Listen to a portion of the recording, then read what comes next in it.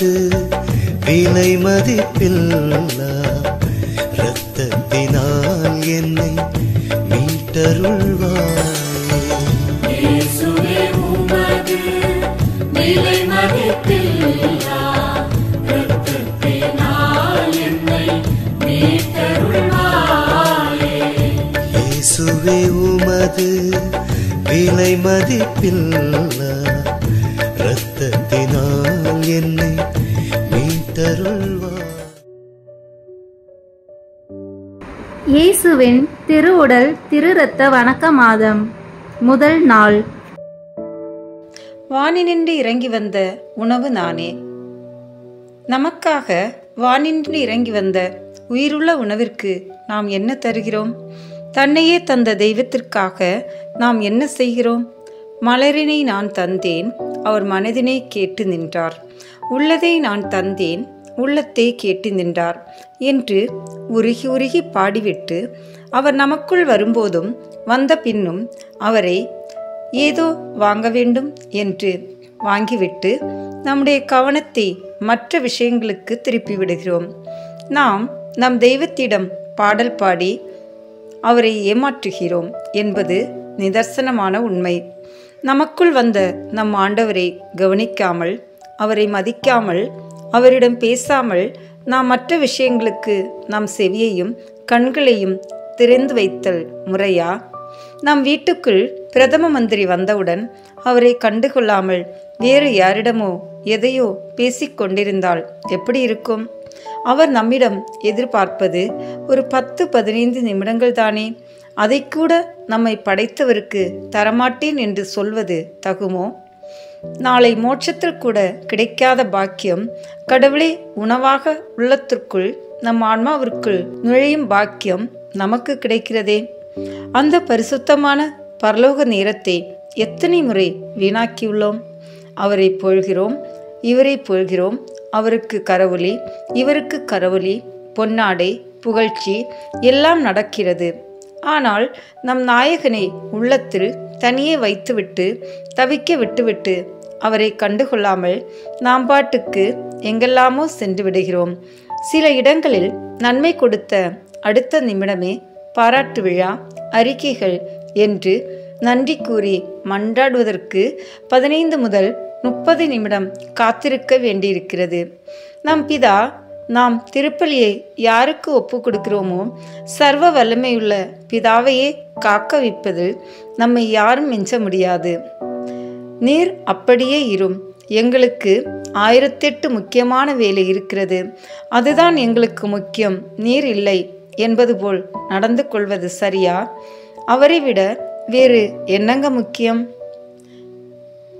கொஞ்சம் கடினமாக இருப்பது போல் தோன்றுகிறதல்லவா? பிதாவின் இரக்கத்தை பெற திருப்பலிகளை நிறைவேற்றப்படுவதையும் திருப்பலிகளால் உலகத்தை காப்பாற்றப்படுவதையும் மறந்து உலக காரியங்களுக்கு முக்கியத்துவம் கொடுத்துவிட்டு சர்வலோகத்தை படைத்த சர்வேஸ்வரனை பெண்டிங்கில், அதாவது வெயிட்டிங்கில் வைப்பது முறையா? உலகம் எக்கேடு கெட்டால் எனக்கென்ன என்று சிலர் தெரிந்தோ தெரியாமலோ நடந்து கொள்வது சர்வேஸ்வரனின் கோபத்தை அமர்த்தாமல் அவரின் கோப அக்னியை அளவா தூண்டுகிறது. முதல் கல்வாரி திருப்பலிக்காக தன்னை தயாரித்து கொண்டிருக்கும் போது நம் தலைவர் என்ன கேட்டார் தன் நேசத்திற்குரிய சீடர்களிடம்? என்ன, 1 மணி நேரம் என்னுடன் விழித்திருக்க உங்களால் முடியவில்லையா என்று கேட்டார். அதே இயேசு சுவாமி இப்போது நம்மிடம், நான் உனக்குள் வந்த பின்பு ஒரு 15 நிமிடம் என்னோடு பேச மாட்டாயா என்று கேட்கிறார். தூக்க கலக்கத்தில் இருந்த சீடர்கள் போல் உலக மயக்கத்தில் இருக்கிறோம் என்று சொல்லி நாமும் நம் நற்கொன்னை நாதரை ஏமாற்றுவோமா? சிந்திப்பீர்.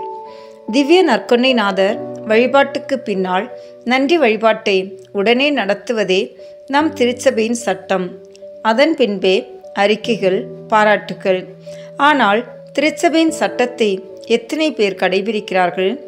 சில குருக்கள் இன்னும் கடைபிடிக்கிறார்கள். திவ்ய நற்கொன்னை நாதர் நம் உள்ளத்துக்கு வந்த பின் அவருக்காக அவருடன் ஒரு 10 நிமிடமாவது பக்தியுடன் செலவழித்த பின்பு மற்ற அறிக்கைகள் மற்றவைகளை வைத்து கொள்ளலாமா? நற்கொன்னை வாங்கிய அடுத்த நிமிடம் அல்லது சில நிமிடங்களில் திருப்பலியின் நோக்கத்திற்கு சம்பந்தமில்லாத விஷயங்களுக்கு சென்று விடுதல் முறையா? அல்லது நன்றி வழிபாட்டையாவது முடித்துவிட்டு செல்லலாமே? சென்று வாருங்கள், திருப்பலி முடிந்தது என்பதை தவிர இவற்றை செய்யாமல் நடுப்பூசையில் திருப்பலி புத்தகத்தில் இல்லாத ஜெபங்களை உருகி உருகி ஜெபிப்பதால் ஒரு பயனும் இல்லை. இந்த ஜெபங்களை ஒவ்வொருவரிடமும் ஒவ்வொரு இயேசு சுவாமி வந்தபின் ஜெபித்தால் ரொம்பவே புண்ணியம் கிடைக்கும். திரும்பவும் நம் பாரம்பரியம் வர ஜெபிப்போம். நவீனம் நம்மை அழிவுக்கு இட்டு செல்லும். காலம் கடந்து விழித்து கொள்தல் விவேகம் அல்ல. இயேசுவுக்கே புகழ். மரியே வாழ்க.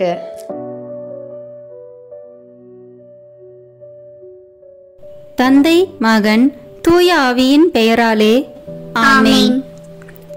நம்பிக்கை அறிக்கை. விண்ணகத்தில் மன்னகத்தில் படைத்த எல்லாம் வல்ல தந்தையாகிய கடவுளை நம்புகின்றேன். அவருடைய ஒரே மகனாகிய நம் ஆண்டவர் இயேசு கிறிஸ்துவை நம்புகின்றேன். இவர் தூய ஆவியாரால் கருவுற்று கன்னி மரியாவிடமிருந்து பிறந்தார். போந்திய பிலாத்தின் அதிகாரத்தில் பாடுபட்டு சிலுவையில் அறையப்பட்டு இறந்து அடக்கம் செய்யப்பட்டார். பாதாளத்தில் இறங்கி 3ஆம் நாள் இறந்தோரிடமிருந்து உயிர்த்தெழுந்தார். விண்ணகத்திற்கு எழுந்தருளி எல்லாம் வல்ல தந்தையாகிய கடவுளின் வலப்பக்கத்தில் வீற்றிருக்கின்றார். அங்கிருந்து வாழ்வோருக்கும் இறந்தோருக்கும் தீர்ப்பு வழங்க வருவார். தூய ஆவியாரை நம்புகின்றேன். புனித கத்தோலிக்க திருஅவையை நம்புகின்றேன். புனிதர்களின் உறவு ஒன்றிப்பை நம்புகின்றேன். பாவ மன்னிப்பை நம்புகின்றேன். உடலின் உயிர்ப்பை நம்புகின்றேன். நிலை வாழ்வை நம்புகின்றேன். ஆமென். விண்ணுலகில் இருக்கிற எங்கள் தந்தையே, உமது பெயர் தூயது என போற்ற பெறுக. உமது ஆட்சி வருக. உமது திருவுளம் விண்ணுலகில் நிறைவேறுவது போல மண்ணுலகிலும் நிறைவேறுக. எங்கள் அன்றாட உணவை இன்று எங்களுக்கு தாரும். எங்களுக்கு எதிராக குற்றம் செய்வோரை நாங்கள் மன்னிப்பது போல எங்கள் குற்றங்களை மன்னியும். எங்களை சோதனைக்கு உட்படுத்தாதேயும், தீமையிலிருந்து எங்களை விடுவித்தருளும். ஆமென். அருள் நிறைந்த மரியே வாழ்க. ஆண்டவர் உம்முடனே, பெண்களுக்குள் ஆசி பெற்றவர் நீரே. உம்முடைய திருவயிற்றின் கனியாகிய இயேசுவும் ஆசி பெற்றவரே. புனித மரியே, இறைவனின் தாயே, பாவிகளாய் இருக்கிற எங்களுக்காக இப்பொழுதும் எங்கள் இறப்பின் வேளையிலும் வேண்டிக் கொள்ளும். ஆமென். தந்தைக்கும் மகனுக்கும் தூய ஆவியாருக்கும் மாட்சி உண்டாகுக. தொடக்கத்தில் இருந்தது போல இப்பொழுதும் எப்பொழுதும் என்றென்றும் இருப்பதாக. ஆமென். இந்த முதலாம் தேவத ரகசியத்தில் தேவ நற்கருணையின் முன் அடையாளத்தை தியானிப்போம். தண்ணீரை திராட்சை ரசமாக மாற்றிய புதுமை. யோவான் எழுதிய நற்செய்தியிலிருந்து வாசகம். அதிகாரம் 2, இறை வார்த்தைகள் 1 முதல் 11 வரை. கானாவில் திருமணம். 3ஆம் நாள் கலிலியாவில் உள்ள கானாவில் திருமணம் ஒன்று நடைபெற்றது. இயேசுவின் தாயும் அங்கு இருந்தார். இயேசுவும் அவருடைய சீடரும் அத்திருமணத்திற்கு அழைப்பு பெற்றிருந்தனர். திருமண விழாவில் திராட்சை ரசம் தீர்ந்து போகவே இயேசுவின் தாய் அவரை நோக்கி, திராட்சை ரசம் தீர்ந்துவிட்டது என்றார். இயேசு அவரிடம், அம்மா, அதை பற்றி நாம் என்ன செய்ய முடியும்? எனது நேரம் இன்னும் வரவில்லையே என்றார். இயேசுவின் தாய் பணியாளரிடம், அவர் உங்களுக்கு சொல்வதெல்லாம் செய்யுங்கள் என்றார். யூதரின் தூய்மை சடங்குக்கு தேவையான 6 கல் தொட்டிகள் அங்கே இருந்தன. அவை ஒவ்வொன்றும் 2-3 குடம் தண்ணீர் கொள்ளும்.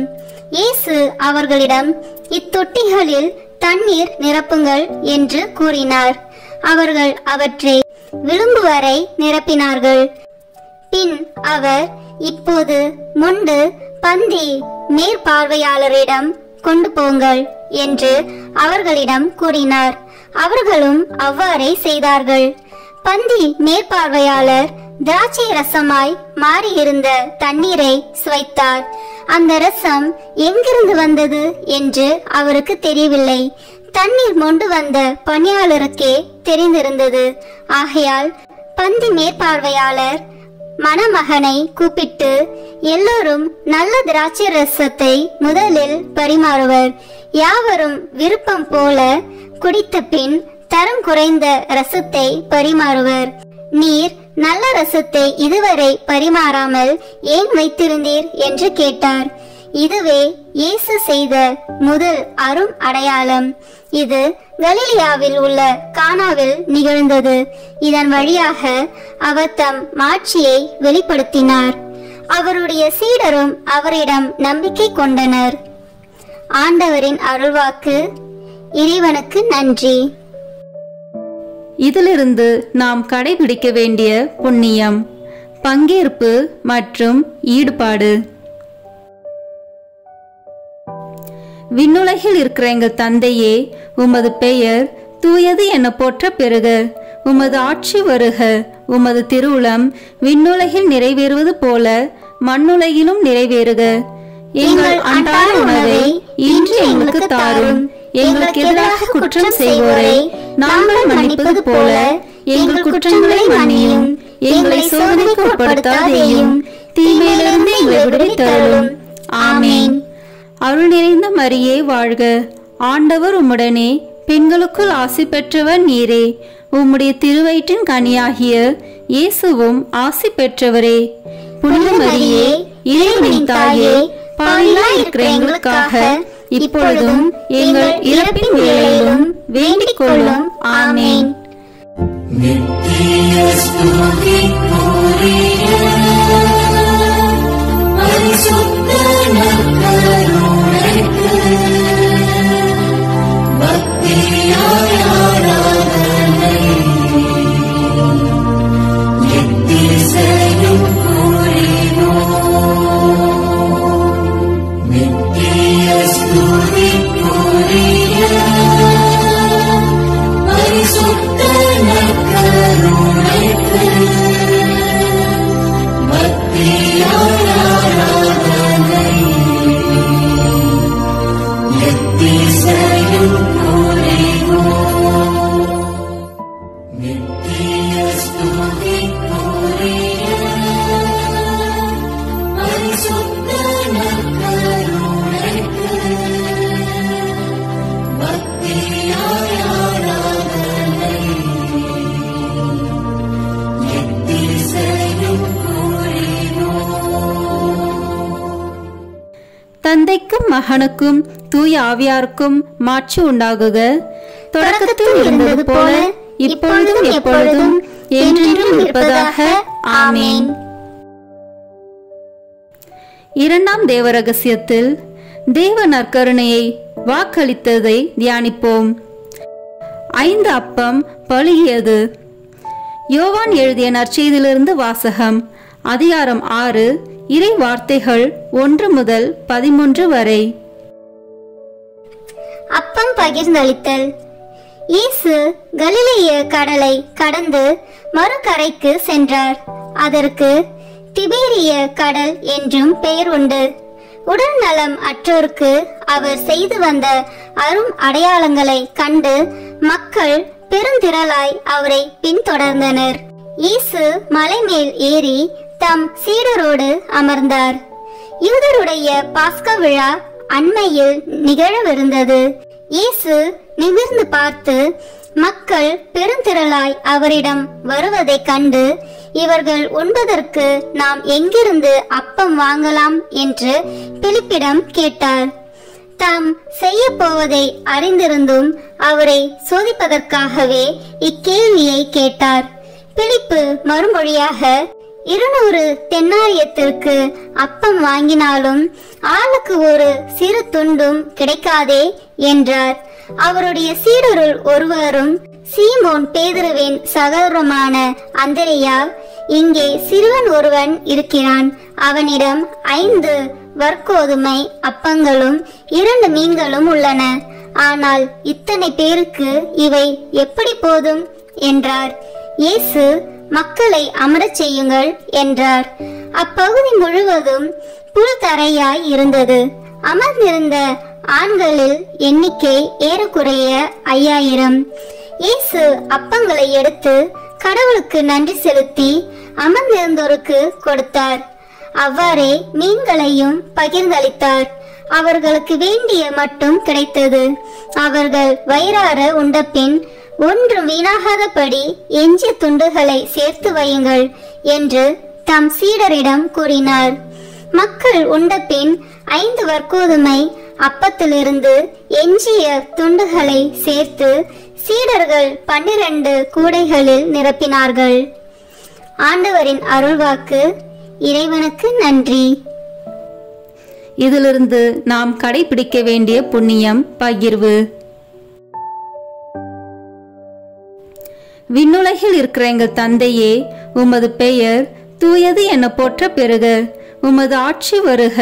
உமது திருவுளம் விண்ணுலகில் நிறைவேறுவது போல மண்ணுலகிலும் நிறைவேறுக. எங்கள் அன்றாட உணவை இன்று எங்களுக்கு தாரும். எங்களுக்கு எதிராக குற்றம் செய்வோரை நாங்கள் மன்னிப்பது போல எங்கள் குற்றங்களை மன்னியும். எங்களை சோதனைக்கு உட்படுத்தாதேயும், தீமையிலிருந்து எங்களை விடுவித்தருளும். ஆமேன். அருள் நிறைந்த மரியே வாழ்க. ஆண்டவர் உம்முடனே, பெண்களுக்குள் ஆசி பெற்றவர் நீரே. உம்முடைய திருவயிற்றின் கனியாகிய இயேசுவும் ஆசி பெற்றவரே. புனித மரியே, இறைவனின் தாயே, பாவிகளாய் இருக்கிற எங்களுக்காக இப்பொழுதும் எங்கள் இறப்பின் வேளையிலும் வேண்டிக் கொள்ளும். ஆமேன். நித்திய ஸ்துதிக்குரிய பரிசுத்த நற்கருணைக்கு பக்தியாய் ஆராதனை எத்திசையும் புரிவோம். நித்திய ஸ்துதிக்குரிய பரிசுத்த நற்கருணைக்கு பக்தியாய் ஆராதனை எத்திசையும் புரிவோம். நித்திய ஸ்துதிக்குரிய பரிசுத்த நற்கருணைக்கு பக்தியாய் ஆராதனை எத்திசையும் புரிவோம்.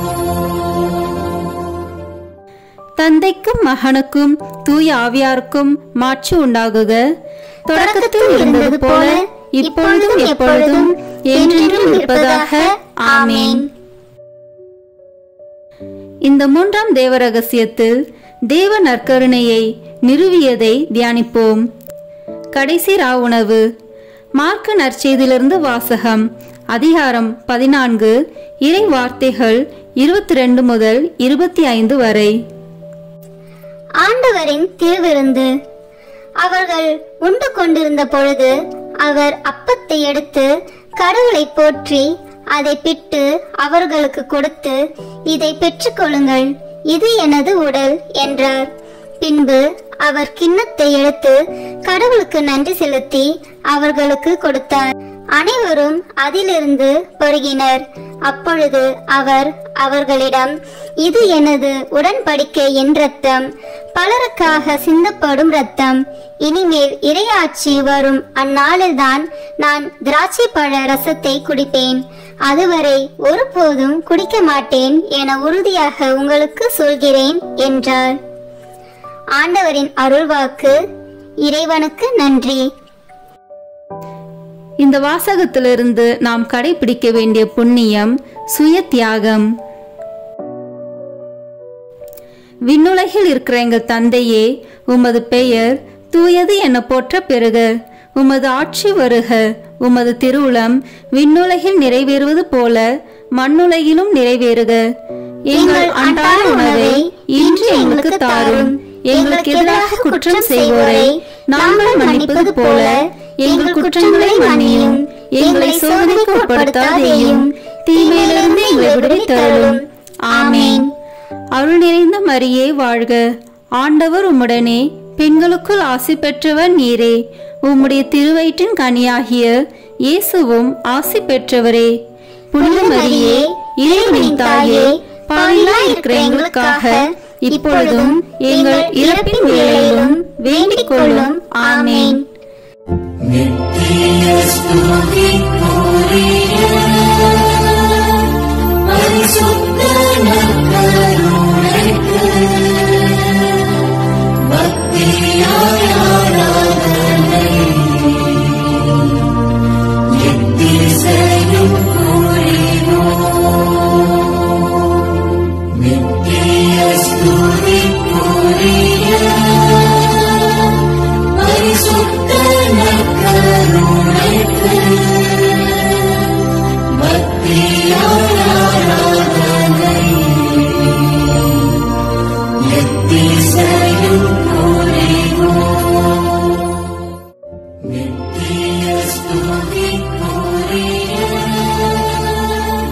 பரிசுத்த நற்கருணைக்கு பக்தியாய் ஆராதனை எத்திசையும் புரிவோம். தந்தைக்கும் மகனுக்கும் தூய ஆவியாருக்கும் மாட்சி உண்டாகுக. தொடக்கத்தில் இருந்தது போல இப்பொழுதும் எப்பொழுதும் என்றென்றும் இருப்பதாக. ஆமேன். நான்காம் தேவ ரகசியத்தில் தேவ நற்கருணையை கொண்டாடியதை தியானிப்போம். எம்மாவு சீடர்கள். லூக்கா நற்செய்தியிலிருந்து வாசகம். அதிகாரம் 24, இறை வார்த்தைகள் 13 முதல் 35 வரை. எம்மாவு வழியில் சீடரை சந்தித்தல். அதே நாளில் சீடர்களுள் இருவர் எருசலேமிலிருந்து ஏறத்தாழ 12 கிலோமீட்டர் தொலைவில் உள்ள ஓர் ஊருக்கு சென்று கொண்டிருந்தனர். அவ்வூரின் பெயர் எம்மாவு. அவர்கள் இந்நிகழ்ச்சிகள் அனைத்தையும் குறித்து ஒருவரோடு ஒருவர் உரையாடிக் கொண்டே சென்றார்கள். இப்படி அவர்கள் உரையாடிக் கொண்டும் வினவிக் கொண்டும் சென்றபோது இயேசு நெருங்கி வந்து அவர்களோடு நடந்து சென்றார். ஆனால் அவர் யார் என்று அறிந்து உணர முடியாதவாறு அவர்கள் கண்கள் மறைக்கப்பட்டிருந்தன. அவர் அவர்களை நோக்கி, வழி நெடுகிலும் நீங்கள் ஒருவரோடு ஒருவர் பேசிக் கொண்டிருப்பது என்ன என்று கேட்டார்.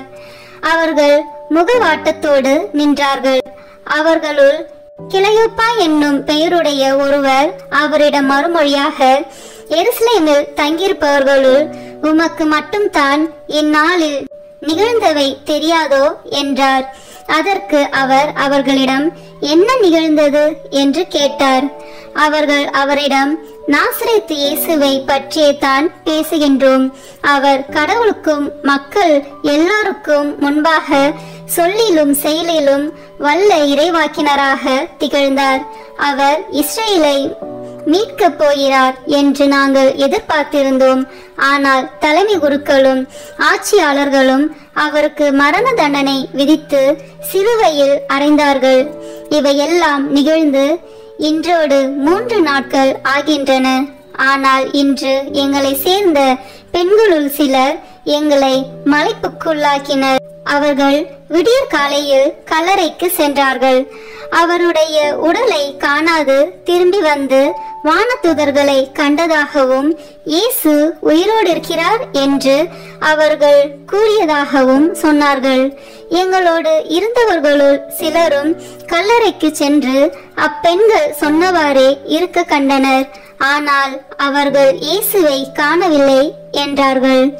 இயேசு அவர்களை நோக்கி, அறிவிலிகளே, இறைவாக்கினர் உரைத்த எல்லாவற்றையும் நம்ப இயலாத மந்த உள்ளத்தினரே, மெசியா நாம் மாட்சி அடைவதற்கு முன் இத்துன்பங்களை பட வேண்டுமல்லவா என்றார். மேலும் மோசே முதல் இறைவாக்கினர் வரை அனைவரின் நூல்களிலும் தம்மை குறித்து எழுதப்பட்ட யாவற்றையும் அவர் அவர்களுக்கு விளக்கினார். அவர்கள் தாங்கள் போக வேண்டிய ஊரை நெருங்கி வந்தார்கள். அவரோ அதற்கு அப்பால் போகிறவர் போல காட்டிக்கொண்டார். அவர்கள் அவரிடம், எங்களோடு தங்கும், ஏனெனில் மாலை நேரம் ஆயிற்று, பொழுதும் போயிற்று என்று கூறி கட்டாயப்படுத்தி அவரை இணங்க வைத்தார்கள். அவர் அங்கு தங்குமாறு அவர்களோடு சென்றார். அவர்களோடு அவர் பந்தியில் அமர்ந்திருந்த போது அப்பத்தை எடுத்து கடவுளை போற்றி பிட்டு அவர்களுக்கு கொடுத்தார். அப்போது அவர்கள் கண்கள் திறந்தன. அவர்களும் அவரை அடையாளம் கண்டு கொண்டார்கள். உடனே அவர் அவர்களிடமிருந்து மறைந்து போனார். அப்போது அவர்கள் ஒருவரை ஒருவர் நோக்கி, வழியிலே அவர் நம்மோடு பேசி மறைநூலை விளக்கும்போது நம் உள்ளம் பற்றி எரியவில்லையா என்று பேசிக்கொண்டார்கள். அந்நேரமே அவர்கள் புறப்பட்டு எருசலேமுக்கு திரும்பி போனார்கள். அங்கே 11 அவர்களோடு இருந்தவர்களுள் குழுமியிருக்க கண்டார்கள். அங்கிருந்தவர்கள், ஆண்டவர் உண்மையாகவே உயிருடன் எழுப்பப்பட்டார், அவர் சீமோனுக்கு தோற்றம் அளித்துள்ளார் என்று சொன்னார்கள். அவர்கள் வழியில் நிகழ்ந்தவற்றையும் அவர் அப்பத்தை பிட்டு கொடுக்கும்போது அவரை கண்ணுணர்ந்து கொண்டதையும் அங்கிருந்தவர்களுக்கு எடுத்துரைத்தார்கள். ஆண்டவரின் அருள்வாக்கு. இறைவனுக்கு நன்றி. இந்த வாசகத்திலிருந்து நாம் கடைபிடிக்க வேண்டிய புண்ணியம் தோழமை. விண்ணுலகில் இருக்கிற எங்கள் தந்தையே, உமது பெயர் தூயது என போற்ற பெறுக. உமது ஆட்சி வருக. உமது திருவுளம் விண்ணுலகில் நிறைவேறுவது போல மண்ணுலகிலும் நிறைவேறுக. எங்கள் அன்றாட உணவை இன்று எங்களுக்கு தாரும். எங்களுக்கு எதிராக குற்றம் செய்வோரை நாங்கள் மன்னிப்பது போல எங்கள் குற்றங்களை மன்னியும். எங்களை சோதனைக்கு உட்படுத்தாதேயும், தீமையிலிருந்து எங்களை விடுவித்தருளும். ஆமேன். அருள் நிறைந்த மரியே வாழ்க. ஆண்டவர் உம்முடனே, பெண்களுக்குள் ஆசி பெற்றவர் நீரே. உம்முடைய திருவயிற்றின் கனியாகிய இயேசுவும் ஆசி பெற்றவரே. புனித மரியே, இறைவனின் தாயே, பாவிகளாய் இருக்கிற எங்களுக்காக இப்பொழுதும் எங்கள் இறப்பின் வேளையிலும் வேண்டிக் கொள்ளும். ஆமேன். நித்திய ஸ்துதிக்குரிய பரிசுத்த நற்கருணைக்கு பக்தியாய் ஆராதனை எத்திசையும் புரிவோம். நித்திய ஸ்துதிக்குரிய பரிசுத்த நற்கருணைக்கு பக்தியாய் ஆராதனை எத்திசையும் புரிவோம். நித்திய ஸ்துதிக்குரிய பரிசுத்த நற்கருணைக்கு பக்தியாய் ஆராதனை எத்திசையும் புரிவோம். தந்தைக்கும் மகனுக்கும் தூய ஆவியாருக்கும் மாட்சி உண்டாகுக. தொடக்கத்தில் இருந்தது போல இப்பொழுதும் எப்பொழுதும் என்றென்றும் இருப்பதாக. ஆமேன். 5ஆம் தேவ ரகசியம். இன்று தேவ நற்கருணையில் இயேசுவின் பிரசனம். உலகம் முடியும் வரை எந்நாளும் உங்களோடு இருக்கிறேன். மத்தேயு எழுதிய நற்செய்தி நூலிலிருந்து வாசகம். அதிகாரம் 28, இறை வார்த்தைகள் 16 முதல் 20 வரை. இயேசு சீடருக்கு கட்டளை கொடுத்து அனுப்புதல். 11 சீடர்களும் இயேசு தங்களுக்கு பணித்தபடியே கலிலேயாவில் உள்ள ஒரு மலைக்கு சென்றார்கள். அங்கே அவரை கண்டு பணிந்தார்கள். சிலரோ ஐயமுற்றார்கள். இயேசு அவர்களை அணுகி, விண்ணுலகிலும் மண்ணுலகிலும் அனைத்து அதிகாரமும் எனக்கு அருளப்பட்டிருக்கிறது. எனவே நீங்கள் போய் எல்லா மக்களினத்தாரையும் சீடராக்குங்கள். தந்தை, மகன், தூய ஆவியார் பெயரால் திருமுழுக்கு கொடுங்கள். நான் உங்களுக்கு கட்டளையிட்ட யாவையும் அவர்களுக்கு கடைபிடிக்கும்படி கற்பியுங்கள். இதோ, உலக முடியும் வரை எந்நாளும் நான் உங்களுடன் இருக்கின்றேன் என்று கூறினார். ஆண்டவரின் அருள்வாக்கு. இறைவனுக்கு நன்றி. இதிலிருந்து நாம் கடைபிடிக்க வேண்டிய புண்ணியம் சேவை. விண்ணுலகில் இருக்கிற எங்கள் தந்தையே, உமது பெயர் தூயது என போற்ற பெறுக. உமது ஆட்சி வருக. உமது திருவுளம் விண்ணுலகில் நிறைவேறுவது போல மண்ணுலகிலும் நிறைவேறுக. எங்கள் அன்றாட உணவை இன்று எங்களுக்கு தாரும். எங்களுக்கு எதிராக குற்றம் செய்வோரை நாங்கள் மன்னிப்பது போல எங்கள் குற்றங்களை மன்னியும், எங்களை சோதனைக்கு உட்படுத்தாதேயும், தீமையிலிருந்து எங்களை விடுவித்தருளும். ஆமேன். அருள் நிறைந்த மரியே வாழ்க, ஆண்டவர் உம்முடனே, பெண்களுக்குள் ஆசி பெற்றவர் நீரே. உம்முடைய திருவயிற்றின் கனியாகிய இயேசுவும் ஆசி பெற்றவரே. புனித மரியே, இறைவனின் தாயே, பாவிகளாய் இருக்கிற எங்களுக்காக இப்பொழுதும் எங்கள் இறப்பின் வேளையிலும் வேண்டிக் கொள்ளும். ஆமேன். நித்திய ஸ்துதிக்குரிய பரிசுத்த நற்கருணைக்கு பக்தியாய் ஆராதனை எத்திசையும் புரிவோம். நித்திய ஸ்துதிக்குரிய பரிசுத்த நற்கருணைக்கு பக்தியாய் ஆராதனை எத்திசையும் புரிவோம். நித்திய ஸ்துதிக்குரிய பரிசுத்த நற்கருணைக்கு பக்தியாய் ஆராதனை எத்திசையும் புரிவோம். தந்தைக்கும் மகனுக்கும் தூய ஆவியாருக்கும் மாட்சி உண்டாகுக. தொடக்கத்தில் இருந்தது போல இப்பொழுதும் எப்பொழுதும் என்றென்றும் இருப்பதாக. ஆமேன்.